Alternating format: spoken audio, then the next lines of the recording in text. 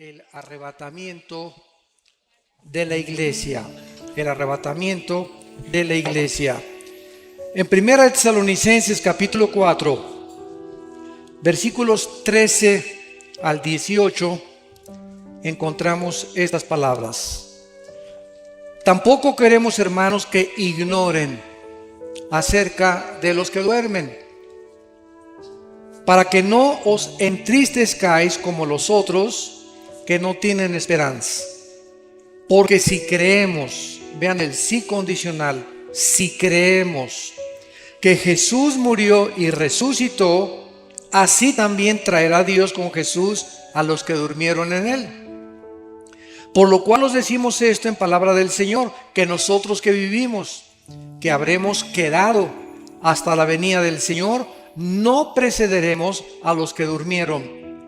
Porque el Señor mismo, con voz de mando, con voz de arcángel y con trompeta de Dios, descenderá del cielo, y los muertos en Cristo resucitarán primero.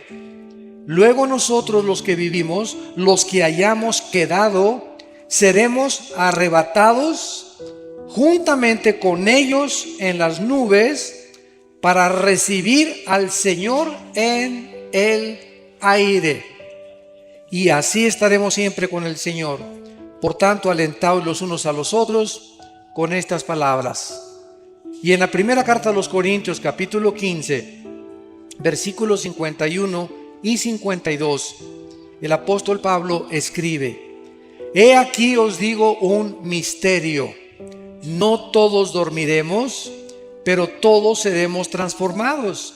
En un momento, en un abrir y cerrar de ojos, a la final trompeta, porque se tocará la trompeta y los muertos serán resucitados incorruptibles y nosotros seremos transformados. Vamos a dar un desarrollo, una exposición o una exégesis del pasaje primero de Tesalonicenses para comenzar a entender más o menos lo que el Espíritu Santo nos quiere dar y entender lo que Pablo, alineado con la carta a los tesalonicenses, nos quiso también revelar. Dice en primera de Tesalonicenses, regresamos otra vez al capítulo 4, que el apóstol Pablo estaba interesado que los cristianos de la iglesia de Tesalónica no ignoraran algo.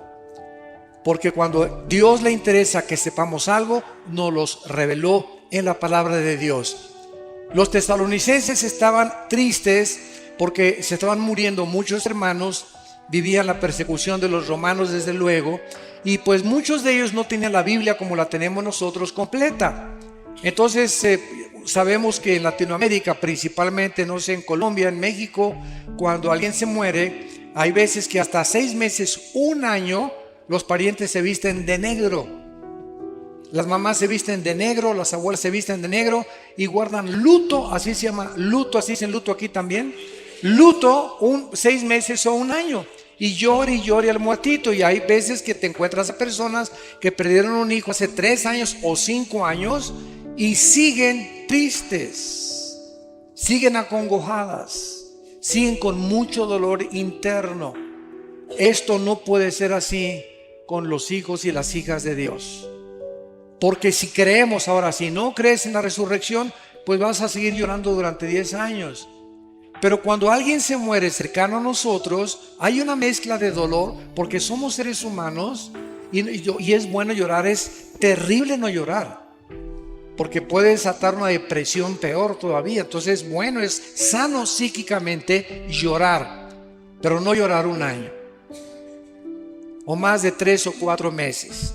O tal vez, ¿verdad?, de vez en cuando tienes algún recuerdo de un hijo, de una hija, de tu esposo, ex esposa y salen las lágrimas, no hay ningún problema. Pero estar constantemente en estado de tristeza es contra la salud mental, porque es terrible psicológicamente y además es una manifestación tremenda de incredulidad a la resurrección de Jesucristo. Entonces Pablo, con estos antecedentes, dice: no quiero que ignoren acerca de los que duermen. La palabra dormir, como lo vamos primero a demostrar, no significa que estamos en estado inconsciente en la muerte. Hay una secta que se llama los Testigos de Jehová. Ellos sí enseñan eso. Y vamos a demostrar con la Biblia a continuación de que en el momento que morimos, inmediatamente estamos o en la presencia del Señor. Los cristianos y los no cristianos descienden al centro de la tierra, donde se encuentra todavía el infierno, para esperar que pase los 1000 años del reino milenial de Cristo y resucitar, Apocalipsis 20 del 11 al 15, para el juicio del gran trono blanco. Entonces hay varias resurrecciones en la Biblia. Cristo es la primera persona en la Biblia en resucitar sin volver a morir. Antes de Cristo, Él resucitó a varias personas, a Lázaro, pero Lázaro volvió a morir. Por eso se le llama en Colosenses el primogénito entre los muertos, el primero en su género, que ha resucitado para jamás morir. Porque en cuanto murió, dice Romanos 6, al pecado murió de una vez para siempre. Vayamos a Génesis 35 y veamos y demostremos con la Biblia a dónde se va el alma y el espíritu, o qué es lo que pasa en el momento de la muerte.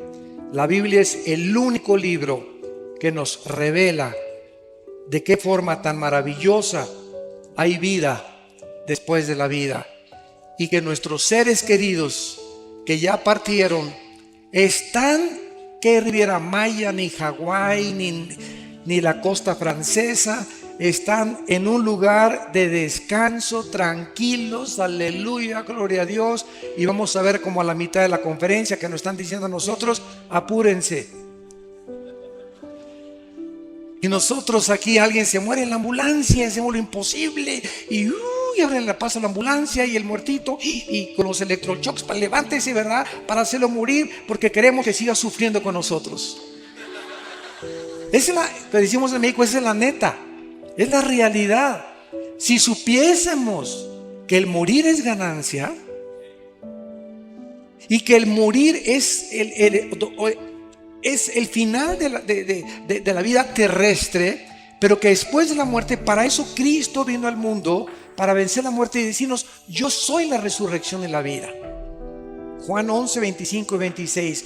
Y si ustedes creen en mí, ustedes van a volver a resucitar igual que yo lo hice. Si Cristo no hubiera resucitado, no hubiera cristianismo. Porque la base del cristianismo no son dogmas, no son leyes, no son rituales, no son ceremonias. El cristianismo permanece en pie o se cae con la resurrección de Cristo. Es la base, la piedra angular del cristianismo, que su fundador volvió a vivir de entre los muertos. En Génesis 35, versículo 18, dice: y aconteció que al salírsele el alma. En la traducción la nueva versión internacional, que le dije que es una de las peores, dice el suspiro. Imagínense nada más. Digo, por favor, esta palabra alma en el original hebreo es la palabra nepesh. Apúntala, como suena nepesh, con SH. Se pronuncia nepej. Al morir algo se sale, que etimológicamente esta palabra no se puede traducir suspiro o lo dejó. Hay otras traducciones que he leído que dice: y al morir lo dejó. ¿Que lo dejó qué cosa? Gasparín, el fantasma, que se fue de nosotros, ¿verdad?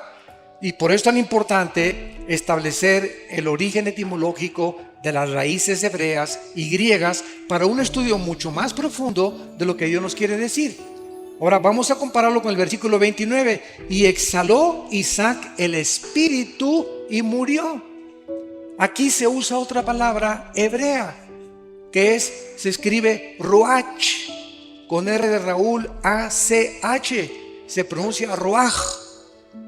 Por ejemplo, cuando hablamos del Espíritu Santo, el Espíritu Santo es ruach el kadosh, el Espíritu Santo. Kadosh es santo en el hebreo, y en el hebreo es otra, en el griego es otra palabra. Entonces vemos que la Biblia nos muestra que si se usaron dos palabras diferentes, nepesh y ruach, para describir dos elementos que tanto Hebreos 4:12 y 1 Tesalonicenses 5:23 dicen que cuando muramos el espíritu, alma y cuerpo sean guardados irreprensibles. El Nuevo Testamento, Hebreos 4:12, la palabra de Dios es eficaz que separa el alma y el espíritu. Entonces hay dos cosas completamente diferentes dentro de ti y dentro de mí. Dos elementos de los cuales estamos formados. Concluimos que somos un espíritu, tenemos un alma y vivimos dentro de un envase, dentro de un casco, dentro de un cuerpo corruptible que día a día está muriendo celularmente.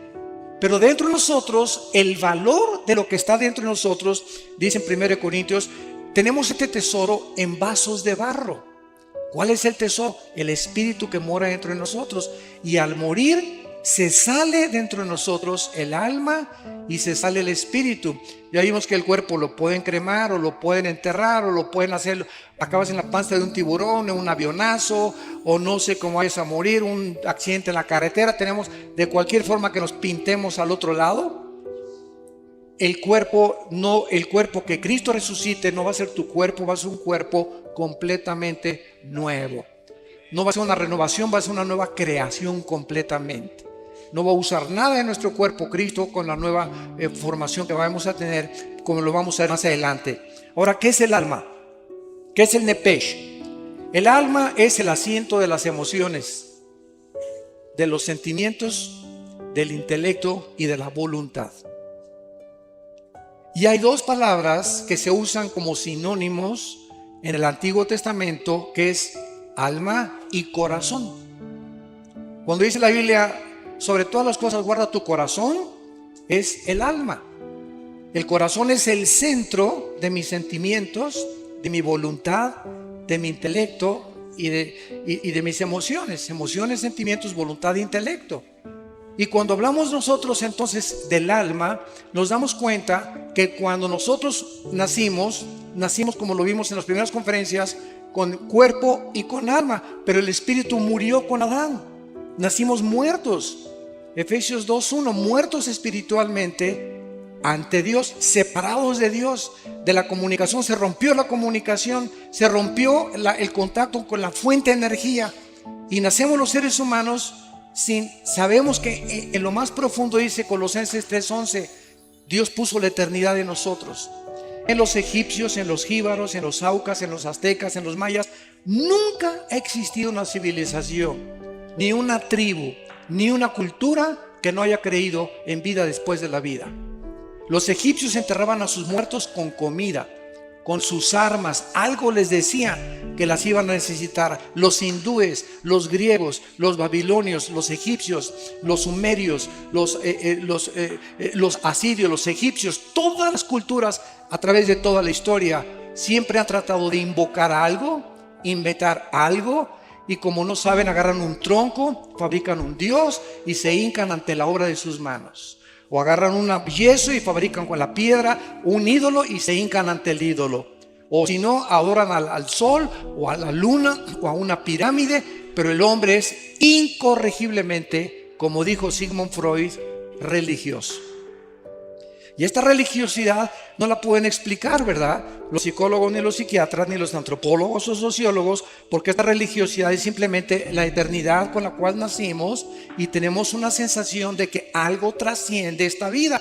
Tiene que haber algo que trascienda esto. Y por eso los ocultistas, los brujos hacen comunicación con los espíritus, con el espíritu de Cuauhtémoc, con el espíritu de Cristóbal Colón, comunicarse con el más allá, los ovnis, seres extraterrestres. Siempre estamos buscando algo que trascienda nuestro mundo, porque sabemos que no es todo lo que hay aquí en el planeta Tierra.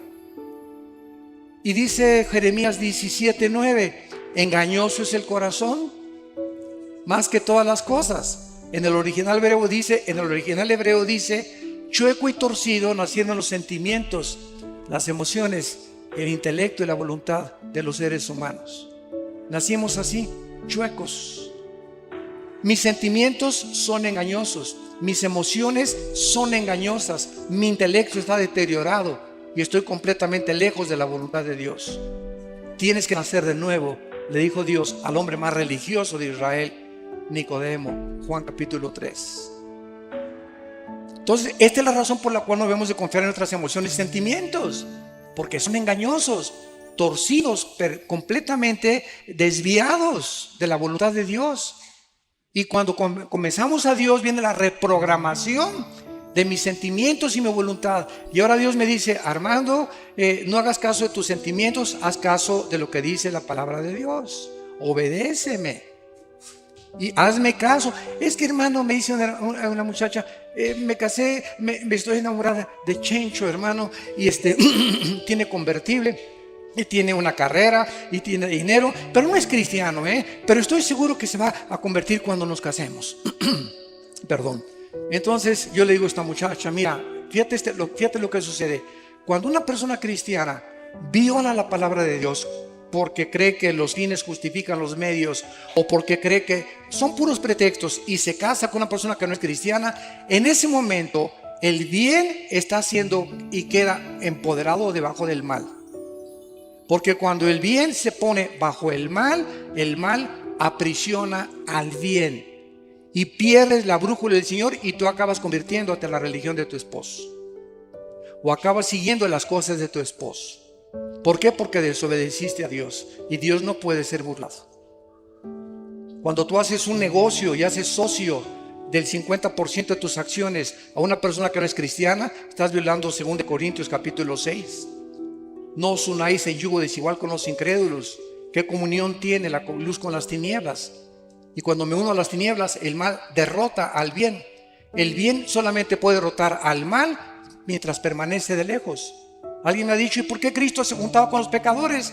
Pero se juntaba para hablarles de Cristo, por favor, para hablarles de la salvación, para llamarlos al arrepentimiento, no para echarse unas chelas con ellos, ni para brindar con tequila de México, ¿verdad?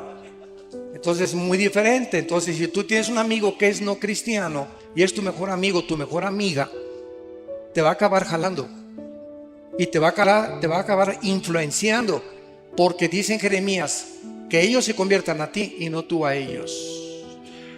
Entonces, si tienes una persona que no es cristiana, es para estar hablando de Cristo y traerla a Cristo. Y si ella te rechaza y te dice: no, ¿sabes una cosa? No vuelvas a salir con esa persona, porque salgo contigo para hablarte del Señor y para tratar de hacerme tu amigo, para ganarte para el reino de Dios.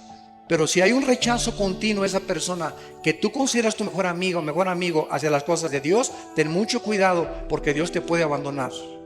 En el sentido no de que pierdas la salvación, sino que pierdas el poder para atraer a esa persona, y esa persona te va a jalar al pecado, tarde o temprano. ¿Qué es el espíritu? El espíritu es la parte inmaterial del ser humano, apúntala, a través de la cual conocemos, adoramos y servimos a Dios. Juan 4:24, porque Dios es espíritu. Entonces, a Dios se le tiene que conocer solo a través del Espíritu Santo. Si ninguna persona en esta mañana o en esta tarde no tiene al Espíritu Santo, aunque te pongas en flor de loto, meditación trascendental, budismo zen, y te vayas a un parque, te concentres, etcétera, etcétera, te estás comunicando con espíritus malignos que te van a engañar. Cristo dijo en Mateo 11:25 al 27: nadie conoce al Padre sino el Hijo, y aquel a quien el Hijo lo quiera revelar. ¿Quieres conocer a Dios? Nadie puede conocer a Dios sin antes conocer a Cristo, porque es Cristo el que nos da a conocer al Padre. Es imposible conocer a Dios sin Cristo primero, porque Cristo lo vino a revelar, y Él es el que nos lleva al conocimiento del Altísimo y del Señor de los cielos y de la tierra. Muy bien, una vez que vemos esto, nos damos cuenta, ¿verdad?, que entonces se sale al morir el alma y el espíritu. Ahora vayamos a Apocalipsis, capítulo 6, y veamos dónde están los que salieron de sus cuerpos, si están dormidos o roncando. Nada de eso. Apocalipsis 6, versículo 9 al versículo 11. Cuando abrió el quinto sello, vi bajo el altar en el cielo, Juan veía con sus ojos que tenía abajo o con sus ojos espirituales. Juan, cuando subió al cielo, su cuerpo se quedó abajo, ya lo vimos, porque la carne y la sangre no pueden dar corrupción. El Espíritu del capítulo 4 dice, oyó una voz que dijo, sube acá, y subió al cielo. Se desprendió, se salió de su cuerpo y fue en el Espíritu al cielo. Y en el cielo vemos que el Espíritu tiene ojos que no son físicos. Y cuando tú eres cristiano, comienzas a adquirir ojos espirituales y oídos espirituales y lengua espiritual. Dice 1 Corintios 2 que hablamos palabras acomodando lo espiritual a lo espiritual. Oímos los que dijo Cristo, el que tenga oídos, oiga. Oídos espirituales se refería a él. Y el que tenga ojos, que pueda ver. Entonces, en el cielo, los ojos que operan no son los ojos físicos, sino los ojos espirituales. Y Juan los que están en la otra vida pueden ver. ¿Y qué cosa fue lo que vio Juan? Las almas bajo el altar de los que habían muerto como mártires. Tal vez fueron los que mató el anticristo. Y Juan los estaba viendo. Y no se puede ver algo que es incorpóreo, inodoro e incoloro. No son otra vez como Gasparín el fantasma. Algo vio Juan y tenemos un cuerpo intermedio, 2 Corintios 5, el 1 al 7, mientras se nos da el cuerpo resucitado, glorificado en la resurrección de los muertos. Entonces, si tú te mueres ahorita, te vas inmediatamente ausentes del cuerpo, presentes en el Señor, y mientras viene la resurrección, necesitas una cobija allá arriba. Necesitamos una manta, necesitamos algo, porque el alma y el espíritu siempre están vestidos por toda la eternidad. Dice el versículo 10, y clamaban a gran voz, las almas que han muerto pueden ver, pueden oír y pueden comunicarse en el cielo. La voz, las ondas sonoras viajan en el cielo, el sonido viaja en el cielo. Y estaban hablando y estaban cerca de Dios. Y Juan estaba oyendo y estaba viendo. El espíritu de Juan en el cielo no eran ni sus ojos ni sus oídos, eran ojos y oídos espirituales. ¿Y qué es lo que oía Juan? Que el Espíritu Santo nos reveló. Tan importante. Vean lo que oyó Juan de estas almas. ¿Hasta cuándo, Señor Santo y verdadero, no juzgas y vengas nuestra sangre en los que moran en la tierra? Las almas en el cielo están conscientes y están conscientes de los eventos que están pasando en la tierra. Nos ven, se asoman y saben lo que está pasando. Y están preocupadas, en este caso las que vio Juan, porque le están diciendo a Dios, Señor, siguen las guerras, la violencia, los secuestros, las violaciones, los robos, los crímenes, tanto desgracia, tantos cánceres. ¿Cuándo, Señor, se va a acabar todas estas cosas? Y ellos no estaban pidiendo venganza, estaban pidiendo una vindicación que es muy diferente. Se los voy a explicar. Porque muchos dicen, no, es en el cielo, estaban pidiendo venganza. Y una cosa es venganza y otra cosa es vindicación. Venganza es cuando tú quieres vengar algo que te hicieron y pagar con la misma moneda. Y vindicación es establecer la justicia. Les voy a dar el ejemplo. Un juez, si tú eres abogado lo vas a entender con más claridad. Un juez, cuando condena a un reo, el reo no le puede decir, usted me está echando 50 años de edad porque se están vengando de mí. Por el amor de Dios, ¿verdad? El castigo que se te va a aplicar, pitirijas, tijas, cuijas, no es venganza, se está vindicando la justicia. Porque la justicia exige que se cumplan con 50 años de prisión los crímenes que tú hiciste. Yo no tengo nada contra ti, yo soy el juez, simplemente estoy aplicando la justicia. Esa es la vindicación. Cuando haces tú algo malo, cuando te hacen algo malo y tú no te vengas, Dios te vindica como vindicó a José con sus hermanos. Lo quisieron matar, lo vendieron a los mercaderes de Egipto y cuando él no guardó rencor ni amargura contra ellos, Dios vindicó a José. Y llegaron sus hermanos a hincarse delante de él, a reconocerlo, que realmente José tenía un corazón santo y puro delante de Dios. Dios nos vindica tarde o temprano si nosotros seguimos el bien. Entonces estas almas en el cielo estaban pidiéndole a Dios que por favor se apure. ¿Y ustedes tienen el mismo clamor? Yo por lo menos una vez a la semana, de veras le digo a Dios, cada vez que veo todo lo que está pasando en el Medio Oriente, el degollamiento de las personas, la decapitación, los crímenes, Mi esposa está en un ministerio que es de tráfico humano y mi esposa está involucrada en un ministerio que se llama Tamari, que protege a las mujeres que sufren violencia. Porque mi esposa fue abusada antes de casarse, ¿verdad? Y ella conoce lo que es eso y ella tiene esa carga de defender a las mujeres que sufren violencia intrafamiliar. Y estamos, ¿verdad?, tratando de ayudar a las personas que son raptadas. Tenemos contacto con organizaciones transnacionales e internacionales para poder ayudar a este grupo de personas y de niños que se están vendiendo tremendamente en el mercado, en el mundo. Y a muchos los matan para sacarles los órganos, el corazón, los riñones, y los desaparecen y aparecen como desaparecidos, nunca los encuentran y se encuentran vendiendo en el tráfico internacional de órganos. Un corazón de un niño vale $50,000. Un corazón de una persona de menos de 25 años de edad adulta vale $150,000. Por eso los trasplantes casi son imposibles, por el elevadísimo costo que te cuesta un trasplante de hígado, de riñón o de corazón. Y todo esto es en el mercado que se mueve alrededor del mundo. Entonces, a veces clamamos mi esposo y yo en la semana: Señor, ¿hasta cuándo? De veras llega un momento, ¿verdad? Ya, Señor Jesús, ya ven. Please, ya ven por nosotros. Ya acaba con todo esto. ¿Cuándo va a estar? El hecho de que Dios no haga nada ahorita no significa que no lo va a hacer. La Biblia nos revela que Dios tiene tiempo para vindicar a sus santos, para vengar la sangre que fue derramada desde Abel. Y el hecho que no lo haga ahorita es como un señor que me dijo un día: oiga, ¿Dios es todopoderoso? Claro que sí, amén, amén. Y si Dios es todopoderoso, ¿por qué no termina con el diablo de una vez? Y le contesté: ¿por qué comenzaría con usted? Así que dele gracias. Porque si Dios acabara con el mal, no tendría usted la oportunidad de arrepentirse. Pero Dios es lento en la misericordia y no quiere que ninguno se pierda. Y es por eso que ha extendido su paciencia.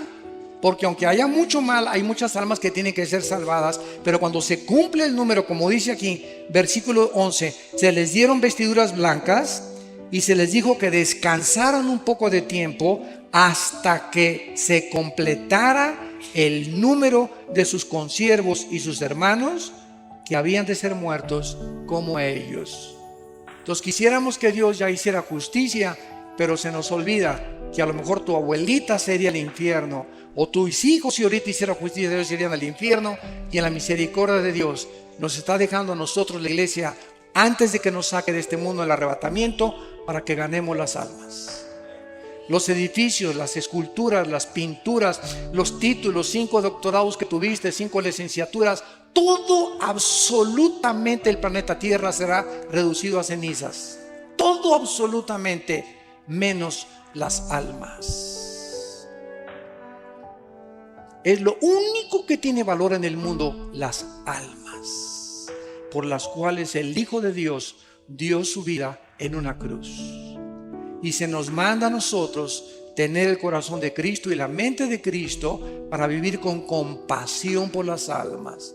Y que cada semana, yo no quiero que levante nadie la mano, desde que te convertiste, ¿a cuántas personas les has hablado de Cristo? Desde que te convertiste puedes llegar al cielo y decir: esa alma, yo me convertí por esa persona. ¿Habrá almas en el cielo que reconozcan que tú fuiste el instrumento de Dios para que ellos estuvieran arriba? ¿O te dijiste cristiano y llegabas a la iglesia y calentabas el asiento de tu iglesia y aleluya y gloria a Dios, etcétera, etcétera, y nunca hablaste de Cristo a nadie? Nunca te preocupaste por traer a nadie a Cristo. Nunca al mesero, al elevadorista, al lechero, a la humosa, a donde quiera que tú vas, podemos a tener la oportunidad de hablar del Señor. Porque somos testigos y para eso el Espíritu Santo vino a nuestra vida. Bueno, regresamos ahora a 1 Corintios, capítulo 15. Y una vez que hemos visto que después de la muerte no estamos dormidos en el sentido que estamos en un estado cataléptico e inconsciente, sino que estamos vivitos y coleando en la presencia del Señor, en el cielo inmediatamente. Dice en Corintios 15, 51, el apóstol Pablo: he aquí os digo un misterio. He encontrado personas que me han dicho Oiga, señor Alducín, es que hace 80 años o el siglo pasado el rapto de la iglesia no estaba en los libros, ni los antiguos predicadores predicaban de estas cosas. Es una nueva doctrina, así me han dicho. Es una nueva doctrina. Les digo, cabezas de melón y de calabaza. Por eso Pablo dijo, les digo un misterio. Pablo, el rapto era un misterio que no se conocía en el Antiguo Testamento. Solamente se conocía la resurrección, pero no que iba a haber una generación que tal vez seamos nosotros, que no vamos a morir, que no vamos a gustar lo que es la muerte. De repente, ahorita saliendo, a lo mejor nos vamos todos, se queda la ropa, el anillo, todos los guaraches, los calcetines, y nos vamos al cielo y el mundo se queda. Desaparecieron millones de cristianos. Se van a congestionar los noticieros de televisión. Va a haber pilotos que se van a estrellar porque no van a tener el piloto. Un tráfico impresionante en las carreteras porque desaparecieron los choferes. Las cunas de los bebés van a desaparecer. Las mamás que no eran cristianas, ¿dónde está mi bebé? ¿Quién se lo llevó? Etcétera, etcétera. Va a causar un caos internacional. Y la respuesta tiene que venir. Se los llevaron los ovnis. Yo tengo una conferencia que acabo de dar el mes pasado en el World Trade Center de México, en la Ciudad de México, que se llamó OVNIs, Demonios y el Anticristo. La pueden ustedes conseguir en YouTube. OVNIs, Demonios y el Anticristo se llama la conferencia. Y ahí explico claramente, ¿verdad?, que desde 1948, no es coincidencia, cuando Israel regresa, comenzaron las apariciones de los ovnis. Y para nosotros no son ovnis, son ovis, objetos voladores identificados. Una vez tuve un argumento con un ufólogo, se llaman los especialistas en los ovnis, y me dice, ustedes los cristianos, esto fue una escuela, y me dice, ustedes los cristianos, señor Alducín, no creen en los ovnis, ¿verdad? ¿Y cómo pueden ustedes negar los videos y algo que es real? O sea, se han fotografiado, hay testimonios de personas. Y le dije, usted está equivocado. Nosotros no negamos esto que es, como usted dice, corroborado por la misma ciencia. Es más, la Organización de las Naciones Unidas nombró a una señora oficialmente para investigar el fenómeno extraterrestre. Porque la Fuerza Aérea de los Estados Unidos está convencida que es real la aparición de objetos voladores no identificados. Y le dije, nosotros no negamos que esto sea real, pero estamos seguros que los tripulantes no son marcianos ni jupiterianos, son fenómenos de la materialización de energía de los ángeles caídos, que están preparando el escenario para que cuando desaparezcamos millones de personas, el mundo puede decir, los extraterrestres se llevaron. Y cuando aparezca el anticristo con poderes sobrenaturales, sobrehumanos, lo van a considerar un extraterrestre. ¿Y quién como él? Nadie podrá luchar contra él. Y el líder religioso que aparezca lo van a adorar como un santo, porque está haciendo milagros. Porque cualquier milagro hace que las personas se hinquen sin saber que los milagros tienen el origen o satánico o de Dios. No todos los milagros vienen de Dios. Satanás tiene el poder de materializar la energía. Entonces, este misterio que Pablo está relatando nos dice, ¿cuál es el misterio? Que no todos vamos a morir, no todos vamos a dormir, sino todos seremos transformados, cambiados en un momento. Va a ser instantáneo, en un parpadeo de los ojos. Y dice a la final trompeta. Muchos han dicho que es a la final trompeta del Apocalipsis. Un error también doctrinal. ¿Por qué? Porque las trompetas del Apocalipsis son para el juicio, son de juicio. Y aquí es la trompeta para llevar a los santos a el cielo. Si nosotros estudiamos en el libro de los Números, las trompetas que se usaban en el pueblo hebreo, vamos a encontrar que se usaba un shofar, que es un cuerno de carnero. Síganme con cuidado. Cuando acampaban cuando acampaban todos los israelitas, las 12 tribus alrededor del tabernáculo, este, oeste, oriente y occidente, cuando acampaban alrededor, siempre el tabernáculo miraba hacia el oriente. Y cuando necesitaban, no tenían iPhones, no tenían correo, no tenían teléfono, para poder movilizar al pueblo, cerca de 2 millones de personas, usaban los sacerdotes shofares y tenían 2 toques. Escuchen, el toque para que se reunieran todos en el campamento era así.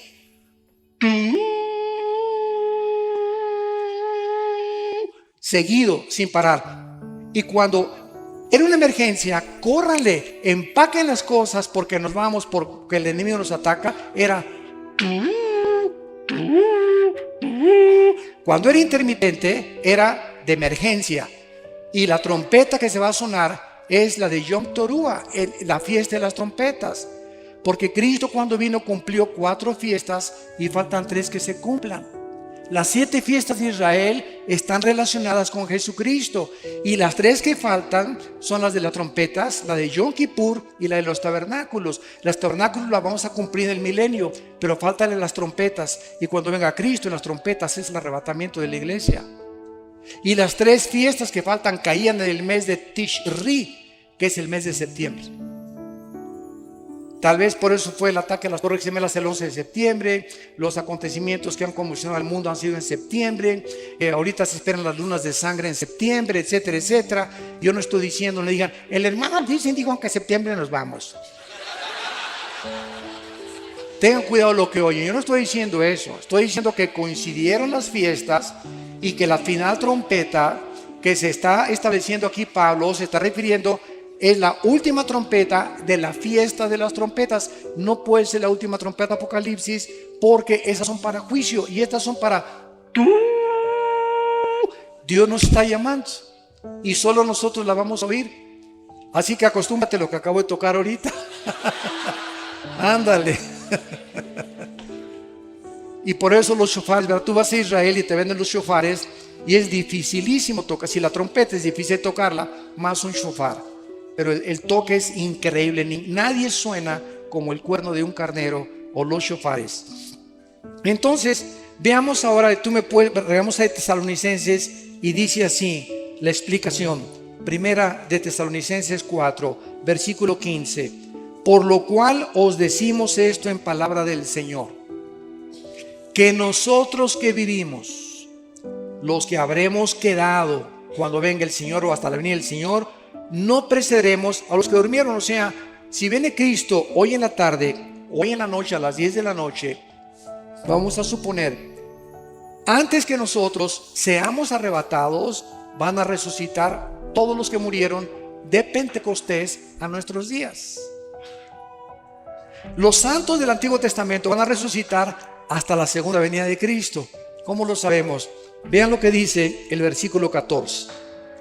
Porque si creemos que resucitó, murió y resucitó, traerá Dios con Jesús a los que durmieron en Él. Hasta Pentecostés fuimos colocados en el cuerpo de Cristo. Estamos en Efesios, dice, en Él. Dice Romanos 6 que fuimos sepultados con Él, identificados en su muerte, en su sepultura, y cuando Cristo resucitó, resucitamos con Él. Estas son cosas que la mente humana no puede captar. Es tremendo espiritualmente, pero Dios nos considera ya sentados con Cristo, reinando con Cristo posicionalmente, aunque en la práctica tenemos que seguir luchando contra el pecado y contra las enfermedades. Entonces, solamente desde Pentecostés se formó la iglesia, y desde Pentecostés los que reciban a Cristo estamos en el cuerpo de Cristo mediante el bautismo del Espíritu Santo. Los otros cristianos o fieles que murieron antes de Pentecostés van a resucitar hasta la segunda venida de Cristo. Daniel 12, versículo 2. Muchos los que duermen en la tierra serán despertados, dice muchos, no todos, unos para vida eterna, otros para confusión perpetua. Y aquí está hablándole Dios, el ángel a Daniel, acerca de los que mueran en la tribulación. Ahora, cuando nosotros resucitemos, ¿quién fue el primero en resucitar? Cristo. Después seguimos nosotros. Vean cuántas resurrecciones va a haber. Después de nosotros van a resucitar los 144,000. Después van a resucitar los 2 testigos, Apocalipsis 11. Después van a resucitar los santos del Antiguo Testamento, llevan 5 resurrecciones. Y después van a resucitar al final del milenio los que entraron sin cuerpos al reino milenial, cuando Cristo venga y no estaban glorificados, y van a tener que resucitar para vivir en la eternidad y en la nueva Jerusalén con Él. Entonces la Biblia menciona más de 5 o 6 resurrecciones. La primera fue Cristo, 1 Corintios 15:52. Primero es Cristo y las primicias después, que somos nosotros. Y después los que durmieron en Él. Ahora sigamos lo que dice el relato. Versículo 16. Porque el Señor mismo, Cristo mismo, a todo color, en persona, físicamente, bajará del cielo. Y Él bajará acompañado de Miguel, que es el jefe y comandante de todas las huestes de ángeles del cielo. Van a ser millones de ángeles cuando venga Cristo, y ninguno va a tocar la tierra, todo va a ser en el aire. Cuando llegamos de repente, ¡pum!, y nos salimos y estamos con Él en el aire. Los arcángeles van a bajar con Él, se va a tocar la trompeta de Dios y entonces Él va a descender del tercer cielo al primer cielo, a la atmósfera. Y en ese momento todos los que están en las tumbas van a resucitar de Cristo a nuestros días. Los que murieron en Cristo, los que estaban identificados, bautizados en el cuerpo de Cristo, que somos la iglesia, judíos, griegos, mexicanos, colombianos, bla, bla, bla, bla, bla. Y dice la Biblia en el versículo 17, luego nosotros, o sea, primero la resurrección de los que murieron en Él, y entonces nosotros, en fracciones de segundos, en un parpadeo, vamos nosotros, dice la Biblia, a ser arrebatados. La palabra arrebatado es muy importante en el griego, apúntala. Es la palabra griega arpazo, con Z, arpazo, que significa ser sacado de en medio súbitamente o con fuerza. ¿Por qué se usó rapto? Porque la palabra en latín raptus, y arrebatados es castellano y arpazo es griego. Y como la Biblia del Nuevo Testamento fue escrita en griego, se usó la palabra arpazo. Pero cuando usamos rapto, es un sinónimo y la gente nos entiende. El rapto de la iglesia es la palabra más común. Bueno, seremos arrebatados juntamente con ellos para recibir al Señor en el aire.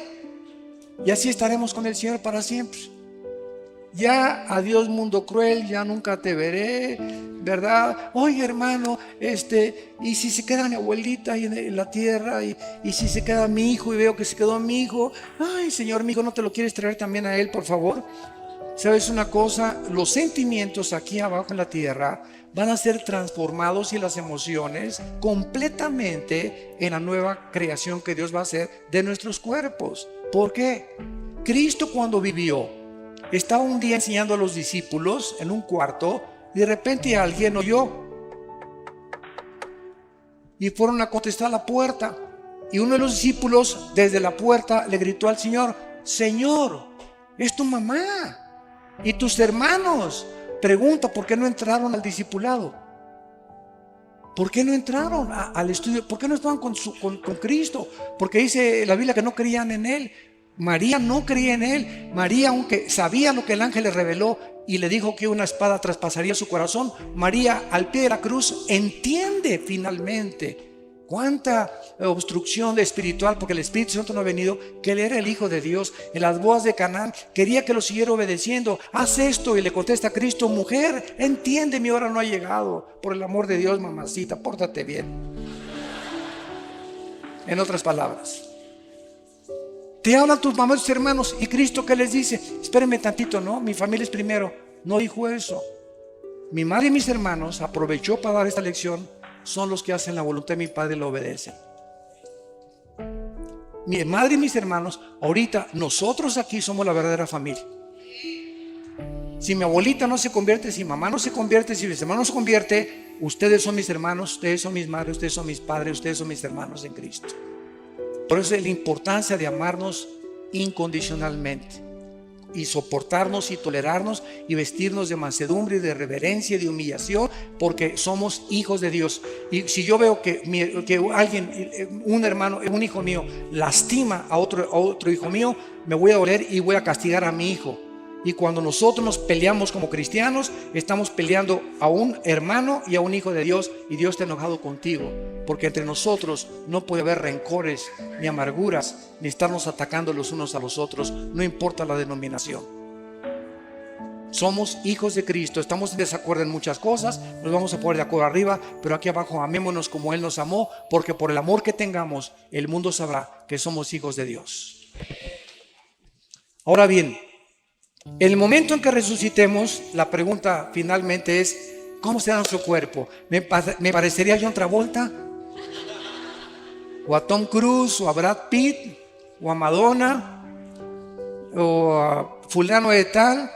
Qué interesante es, vamos a Filipenses, vean todo lo que la Biblia nos revela, pero tú viendo telenovelas, Dios mío santo. Dice Filipenses capítulo 3, versículo 20 y 21. Mas nuestra ciudadanía está en los cielos, de donde también esperamos. Esta es la vida del cristiano, estamos en una continua esperanza de que venga. Estamos esperando al Salvador, al Señor Jesucristo, el cual transformará, o sea, cambiará completamente nuestro cuerpo de la humillación nuestra para que sea semejante, igual al cuerpo que cuando Cristo resucitó tenía después de haber muerto en la tumba en Jerusalén.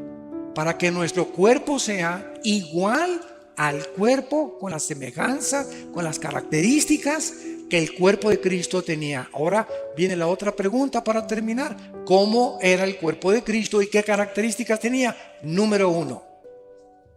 Cuando Juan se acercó a la cruz, vio una gota de sangre mezclada con agua que salía del costado de Cristo. Porque los soldados romanos, sobre todo los centuriones, que eran los jefes de los soldados, tenían la obligación de jamás bajar a nadie de ahí cuando tuvieran el 100% de seguridad que había muerto. Porque ahí de ellos, si bajaba alguien todavía estaba coleando, ¿verdad? Tenían que asegurarse que estaba completamente muerto. Entonces el centurión, como no le golpearon las piernas a Cristo, ni le rompieron las piernas, que era la costumbre de los crucificados, les rompían los meniscos de las piernas para que se colgara el cuerpo y murieran. Si no habían muerto, se morían de asfixia. Ya no podían, el cuerpo ya no podía hacer esto y se morían sin aire, se asfixiaban. Pero a Cristo no le rompieron las piernas. Fue el único crucificado que no le rompió las piernas, porque se profetizó que no romperían ningún hueso. Entonces el centurión agarra la lanza y le atraviesa del lado izquierdo al lado derecho a Jesucristo, lo atraviesa de lado a lado, traspasando el pericardio, que es la capa que envuelve al corazón. Y cuando Juan se acerca y escribe hace 2000 años, señores cardiólogos que nos escuchan, ateos o escépticos, vio una gota de sangre mezclada con agua, y la cardiología moderna testifica que cuando esto se combina, el agua con la sangre, es por una rotura del pericardio, de la capa pericárdica, que es la que envuelve todo el corazón. Esto nos explica, esto es impresionante, el Salmo 22. Porque el Salmo 22 es un salmo que escribió David 1000 años antes de la crucifixión. Comienza: Dios mío, ¿por qué me desampararon? Y explica lo que Cristo estaba experimentando en la cruz 1000 años antes de que Él fuera crucificado.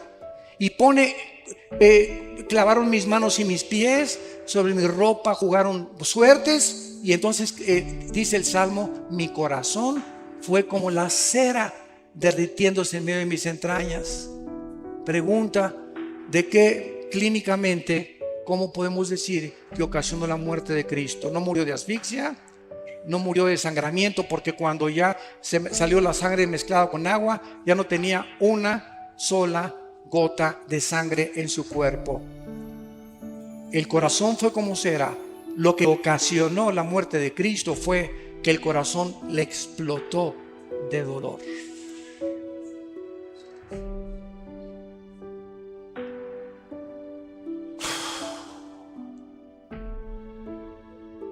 Cuando nuestros pecados fueron puestos sobre su cuerpo, el santo, hecho más sublime que los cielos, no lo pudo tolerar ni soportar, ser separado de su Padre.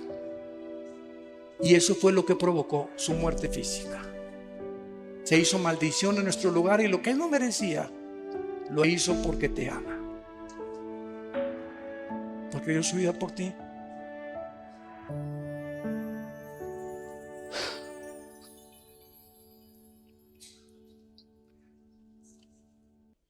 En segundo lugar, vamos a Lucas capítulo 24 y veamos otra característica de Jesús cuando resucitó. Esto es también muy interesante. Dice Lucas 24. Estamos viendo nuestro cuerpo, igual al de Cristo, ya no va a funcionar con la circulación de la sangre. Ahorita nuestros cuerpos necesitan la sangre porque la vida, antes de que se descubriera la circulación de la sangre, en Levíticos 17:11, 3000 años antes de que se descubriera, señores médicos, la circulación de la sangre, la Biblia decía: la vida de la carne está en la sangre. Y es interesante que la palabra vida ahí en Levítico 17:11 sea la palabra hebrea nepesh, que es alma. Escuchen, el alma está en la sangre. El alma se transmite en la sangre. Por eso la sangre de José no podía ser transmitida a María, porque hubiera sido un alma pecadora, la del Hijo de Dios. Dios tenía que poner el cromosoma Y en María para que el Hijo de Dios naciera sin pecado, transmitido por la infección del ser humano. Entonces no vamos a tener sangre, vamos a estar regidos por otras leyes fisiológicas. Dice en Lucas 24, versículo 36, mientras ellos hablaban de estas cosas, aquí estamos viendo a los judíos, a los discípulos, apóstoles, ya caminando, todavía Jesucristo ya había resucitado. Jesús se puso en medio de ellos y les dijo: paz a vosotros, shalom, shalom, shalem, tranquilos, calmados, mantengan la serenidad interior. Es lo que la palabra shalom abarca como 10 traducciones. La palabra shalom en el hebreo es un estado de bienestar, de tranquilidad, de seguridad, de esperanza, donde no eres perturbado por nada. Puede el mundo estar temblando, puede caer el petróleo, pueden caer los billetes de dólares, puede haber una guerra, pero tú estás completamente como un pajarito junto a una cascada inmensa. El pajarito está dormidito, ni pío, pío, pío hace, porque sabe que la cascada nunca llegará a él. Esa es la paz que sobrepasa todo entendimiento. Estar en medio del huracán y los problemas, pero sabemos que estamos seguros en las manos del Señor. Para siempre.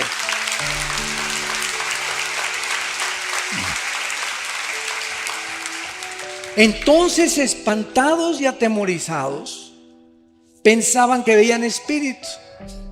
Pero Él les dijo: ¿por qué están turbados y vienen a vuestro corazón estos pensamientos? Miren mis manos y mis pies, y yo mismo soy. Palpen y vean, porque un espíritu no tiene carne ni huesos como veis que yo tengo. Y diciendo esto, les mostró las manos y los pies. Y como todavía ellos de gozo no lo creían y estaban maravillados, les dijo: ¿tienen por ahí algún guisado colombiano? La Biblia menciona casi siempre los pescados y la miel como los alimentos el mejor alimento que puede el ser humano tener, el pescado y la miel.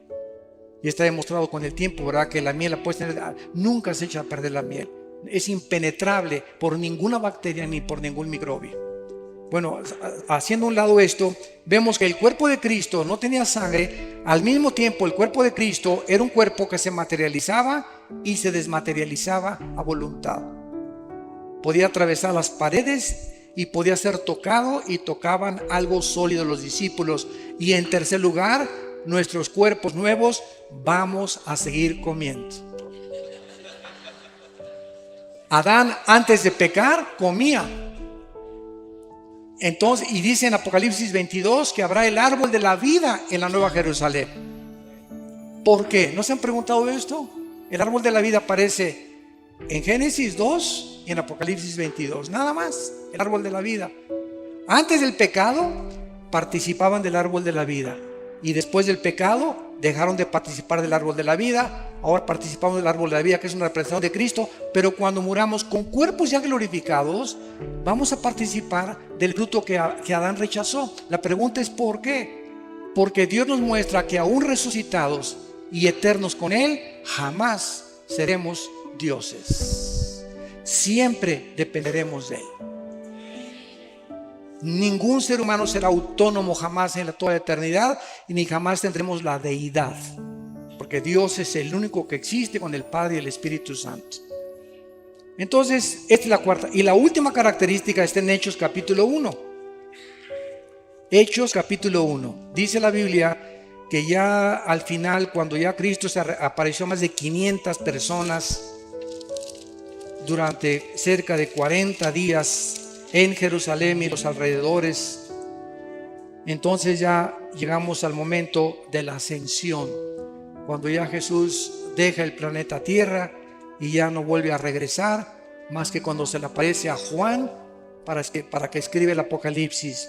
Y dice Hechos capítulo 1 versículo 9: y habiendo dicho estas cosas, viéndolo ellos, fue alzado. De repente estaban con él y de repente comenzó Jesús a violar la ley de la gravedad. La ley de la gravedad ya no operaba en el cuerpo resucitado de Cristo. Vamos a tener como cuarta característica que vamos a poder volar. No sé cuántos de ustedes han soñado que vuelan. Siempre me sorprendo con la misma respuesta. Casi la mayoría hemos soñado que volamos. Yo tengo como 3 o 4 meses que ya no sueño que vuelo, pero por lo menos 2 o 3 años así de repente sueño, no con la capa roja, ¿verdad? Ni con la S aquí, ni con la camiseta azul, sino que de repente así me dirijo y bajo, etcétera, etcétera, y me transporto. Esto es interesante porque nunca se habían preguntado ustedes que si Cristo cuando regrese va a morar en Jerusalén y el planeta Tierra ya no va a haber mar, el mar va a desaparecer y el planeta Tierra va a seguir teniendo naciones, como dice Apocalipsis 21 y 22. ¿Cómo entonces nos vamos a ir si México no es México, va a tener otro nombre? Los que estemos aquí en este lado occidental, ¿cómo iremos al oriente una vez al año? Si no va a haber aviones, no va a haber motores de gasolina, no va a haber absolutamente nada. Vamos a regresar a la agricultura, vamos a regresar completamente. Pero ¿cómo vamos a ir de año en año? Caminando nos tardaría quién sabe cuántos años en llegar a Jerusalén. Pues vamos a ir volando. De repente atravesamos, ¿verdad?, todos cientos de millas o de kilómetros y estamos en Jerusalén y regresamos a casa otra vez. ¡Qué bendición tan grande! ¿Y tú que querías ser Superman?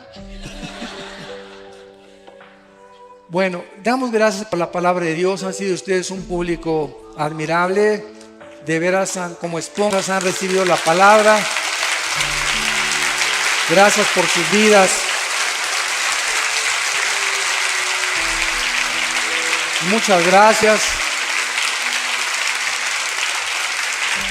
Hay las preguntas, ¿verdad? Una ronda de preguntas rápidas, doctor Alducin. Pregunta: quisiera saber si la Biblia admite la presencia de extraterrestres en la Tierra.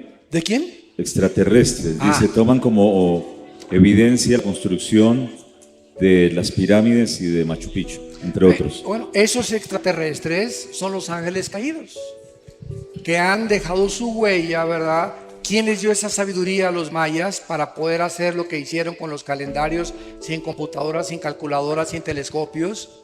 ¿Qué civilización, qué conocimiento le dio a los egipcios o a los que hicieron las pirámides de Egipto para hacer que rocas de 15 toneladas que ni siquiera existen en el Cairo, ni cerca de Egipto, de dónde las trajeron todavía no saben, pueden haberlas puesto junto y partirlas como mantequilla, ensamblarlas una a otras, como las de Machu Picchu, como las de Stonehenge? Todo esto es obra de que el mundo ha sido visitado por extraterrestres.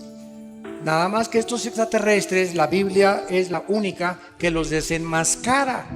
Y no son extraterrestres, ¿verdad?, de Júpiter o de Marte, son ángeles caídos que la Biblia revela que vienen al mundo a proporcionarnos conocimiento para comprar nuestras almas y engañarnos y llevar al final al mundo a su propia autodestrucción. Entonces, claro que existen los extraterrestres, pero son los ángeles caídos y los que sirven a Dios, que nos ministran y nos ayudan a que nuestro pie no tropiece en piedra. ¿Qué significa el arrebatamiento de los 144,000? ¿Qué significa? Dice, ¿qué significa el arrebatamiento de los 144,000? Pues que fueron arrebatados, ¿verdad? Bueno, eso desde ese punto de vista. Y en segundo lugar, creo que sí estoy tratando de captar la pregunta. Tal vez, ¿qué significa teológicamente? ¿No? Me imagino que es eso. Bueno, es importante que entendamos lo siguiente. La iglesia tiene que salir del mundo para que Israel vuelva a entrar al campo a jugar en lugar del Barcelona. Entonces es importante que los judíos vuelvan, por eso dice Romanos 9, Romanos 10 y Romanos 11, 3 capítulos de Romanos dedicados a explicarnos que Dios no ha terminado con los judíos, están en la banca, ahí está el Chicharito en la banca todavía, y después le dan su chance, ¿verdad? Para que meta el gol y pase el Real Madrid, ¿verdad? A la liga. Entonces ¿cómo que hay? Cuando los judíos, ¿verdad? Salgamos nosotros, la banca, que están en la banca, van a entrar al partido y entonces será predicado el Evangelio eterno y Dios escogerá 144,000 judíos que pueden ser colombianos, porque hay judíos colombianos sin que tú lo sepas, hay judíos mexicanos, hay judíos etíopes, hay judíos franceses. Repito, las 10 tribus se perdieron y fueron dispersas por todo el mundo y hay cantidad de judíos que no saben que son judíos y Dios va a levantar de todas las naciones, va a ser el último ejército de Dios. Entonces significa que Israel vuelve otra vez a entrar al campo, al escenario, y ahora le toca a Israel la evangelización última del mundo.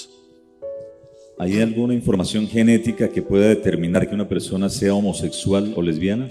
Si hubiera algún gen que determinara eso, entonces no habría ninguna responsabilidad y la Biblia sería mentirosa, porque entonces yo no tendría ninguna base para poder condenar a una persona que ha escogido ser mujer y es hombre, o a un hombre que ha escogido ser hombre y es mujer. Entonces no hay ningún gen absolutamente que demuestre eso. Esto es una aberración completa que han tratado de usar para justificar precisamente un pecado de homosexualidad o de lesbianismo.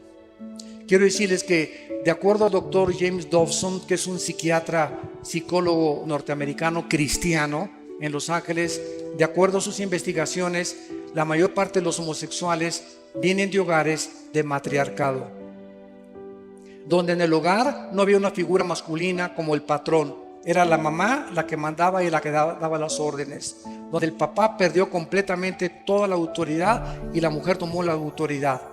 El niño varón necesita un patrón de un hombre. Esto es indispensable para su crecimiento y salud psíquica normal y espiritual. Entonces, la mayor parte de ellos han sido de estos hogares, y otra parte, dice el doctor Dawson, la mayor parte también de los homosexuales, casi un 50 y 50%, han sido personas abusadas en su infancia o en su juventud sexualmente. Hay muchachas que desgraciadamente tienen una experiencia sexual antes de casarse a los 14, 15 y 6 años de edad, y fue horrible esa experiencia, y entonces agarran un odio inconsciente contra los varones, y en ese momento Satanás te manda a una señora: véngase para acá mi nena, aquí te cuido yo, etcétera, etcétera, y sin que se den cuenta comienzan a desarrollar un amor hacia las mujeres y un odio hacia los varones, y cuando se dan cuenta ya cayeron en la trampa de Satanás, y no son lesbianas porque hayan nacido, sino porque están lastimadas emocional y psíquicamente. Lo mismo con los varones. Muchachos, que mi esposo y yo, a todos los homosexuales y los que tenemos en la iglesia, porque tenemos muchos y los aceptamos, pero les decimos los aceptamos porque la iglesia es un hospital, pero ustedes tienen que cambiar su conducta y echarle ganas y discipularse y confesar su pecado, y si a los 6 meses o un año no han cambiado, no los mandamos a un campamento de jóvenes, ni que enseñen la escuela dominical, ¿verdad? Tampoco. Tienen que pasar 4 o 5 años, ¿verdad? Para que podamos realmente ver que hay fruto. Decía David Wilkerson, un grande hombre de Dios que fundó los Teen Challenge, el desafío de la juventud, los centros de rehabilitación más grandes cristianos del mundo. Él el pastor en Times Square de la iglesia pentecostal Asambleas de Dios. Y decía David Wilkerson que de todas las personas que ha conocido, heroinómanos, cocainómanos, marihuanos, etcétera, etcétera, el homosexual es la persona más difícil de rehabilitar, pasando los 25 años de edad. Antes de los 25 no están tan lastimados y hay mucha oportunidad de salvarlos, pero ya a los 30, 40, si siguen practicando eso, es 10 veces más difícil. Doctor Alducin, ¿es bíblico la doctrina de cubrir los objetos y personas con la sangre de Cristo? No. Ejemplo, yo cubro con la sangre de Cristo mi casa. ¿En qué Biblia está eso? Ni en los mormones está eso tampoco, ¿verdad? Yo creo que ni en el Corán está eso. Esas son costumbres y tradiciones que hemos inventado. ¿Qué es la sangre? ¿Qué es la sangre? La sangre es la vida. Cuando Jesús derrama su sangre, ¿qué derramó? Su vida, porque la vida está en la sangre. Entonces, cuando tenemos a Cristo entre nosotros, ¿a quién tenemos? La vida de Cristo. Y cuando decimos, la sangre de Cristo me cubre, ya estoy cubierto, porque lo tengo a Él dentro de mí. Entonces no necesito que te cubra la sangre de Cristo, porque no aparece, ya fuimos rociados con la sangre de Cristo. Dice 1 Pedro, cuando recibimos a Cristo dentro de nosotros, y fue su sangre la que nos dio la vida, porque es la vida la que está en la sangre. Como tampoco ya hay que ungir mi coche cuando compro un carro, mi casa, para que no entren los demonios, porque todas esas cosas pertenecieron al Antiguo Testamento. Ahora es la oración. Tengo mi casa, mi coche, mi motocicleta. Padre, te encargo mi casa. Reprendemos todo espíritu de aquí. Esta casa es usada para la gloria de Dios. Mi carro es para la gloria de Dios. Guárdanos de choques y accidentes. Pero estar ungiendo las cosas perteneció al Antiguo Testamento, porque el aceite era un símbolo del Espíritu Santo. La única parte que se usa el aceite en el Nuevo Testamento es en Santiago 5. Unjan a los enfermos, y los líderes y la oración de fe salvará al enfermo.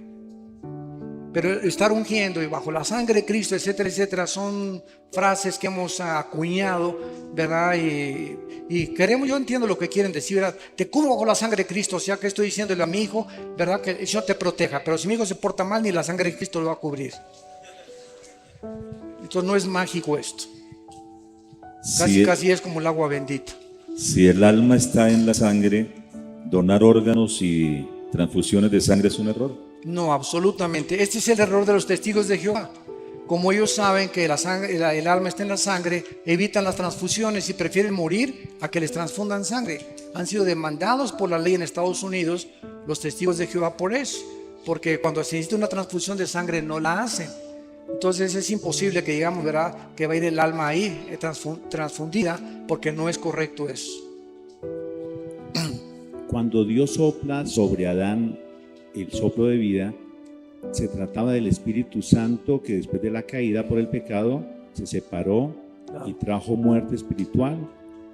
Así es, efectivamente. Antes de la caída, ¿qué tipo de espíritu había en Adán? No, o sea, antes de la caída el ser humano fue habitado por Dios, el Espíritu Santo. El Espíritu se movió sobre la faz de las aguas, versículo 2 del Génesis. Y después de la caída el Espíritu Santo se sale de Adán, y el ser humano queda dependiendo no solamente empíricamente de sus 5 sentidos, que son las ventanas del alma: mis ojos, mis oídos, el gusto, el tacto, el oído, el olfato, etcétera, etcétera. Y dependemos de eso. Y por eso muchos ateos dicen: yo no creo lo que no veo, ni lo que no oigo, ni lo que no toco, ni lo que no huelo, ¿verdad? O sea, si está fuera de mis 5 sentidos, no lo creo. Y eso es absurdo, ¿no? Porque tampoco, como dijo un ateo que llegó en México, en Tabasco, en un caballo, un gobernante que llegó a un pueblo y les dijo a los cristianos, una iglesia evangélica: les doy 3 minutos para que me muestren que Dios existe, si no quemo la iglesia. Y todos se volteaban: demuéstrenme que Dios existe, y lo quiero ver. Y entonces una viejita saca una naranja y la parte a la mitad y le dice: oiga, general, ¿ve usted esta naranja? Claro que la veo, vieja tonta, pues no estoy ciego. Bueno, me la voy a exprimir. Y hace la viejita esto y se le exprime en la boca y le grita al general: ¿a qué sabe? Vieja tonta, lo tengo que probar. Y le contesta: pues así es Dios. Lo tiene usted que experimentar personalmente. Lo tiene usted que probar por usted mismo. Y no quemó la iglesia. Fue un general muy famoso que después se convirtió. Gracias a Dios, 5 años después de eso se convirtió antes de morir. Le concedió Dios la misericordia de poder salvarse. Y así es Dios. O sea, yo te puedo traer todas las evidencias que quieras, pero si tú no quieres creer, aunque se te aparezca alguien de los muertos, no vas a creer, porque así lo has decidido en tu corazón. Siguiente pregunta: si los ángeles están en prisiones, ¿cómo es que se materializan para los ovnis? Pero no todos están en prisiones. Están en prisiones eternas, dice Judas, los que en Génesis 6 quisieron meterse con las mujeres y alterar el genoma humano. Pero fueron un grupo de ángeles nada más, no todos los ángeles, porque hay otro grupo de ángeles caídos que siguen operando con Satanás. ¿Cuál es la raíz espiritual de la enfermedad del Alzheimer? Y también me preguntan sobre la esquizofrenia. Bueno, de Alzheimer no sé, ¿verdad? No soy médico especialista en eso, que le pregunto a uno al médico, ¿verdad? No sé realmente de dónde venga. El síndrome de Down, pues es un cromosoma que falta, ¿verdad? O que está agregado de más. Pero Alzheimer, no sé, tal vez. Me han dicho muchísimas veces que el café evita el Alzheimer, ¿verdad? Y que el ejercicio y la memorización, tal vez.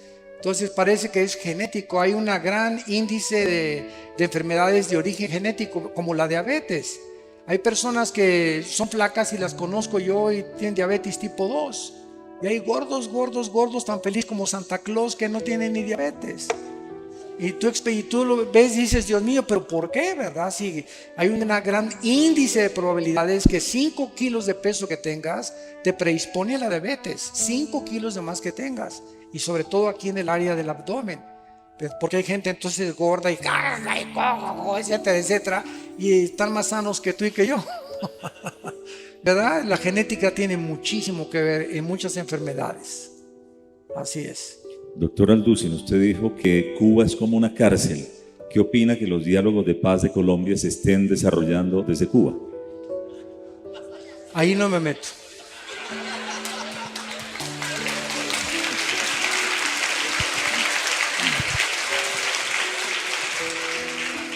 No me meto porque estoy en un país que no es mi país. No sé las intenciones del gobierno actual colombiano y no puedo juzgar así porque no estoy muy inmiscuido ni profundizado en este problema político ni con las FARC tampoco. Entonces, disculpen, no puedo opinar en algo que no tengo la suficiente información, ¿verdad?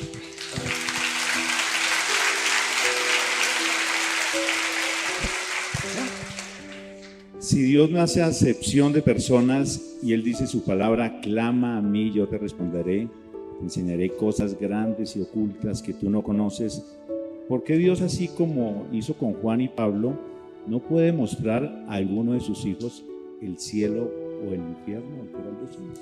Porque Dios no está interesado, otra vez, ¿verdad? Dios no está interesado, dice la Biblia, que lo amamos sin conocerlo, en 1 de Pedro. Entonces, el justo por la fe vivirá. No es por la vista, es por lo que oímos, y lo oímos por la palabra de Dios. Entonces, si nosotros vemos, ya no es fe.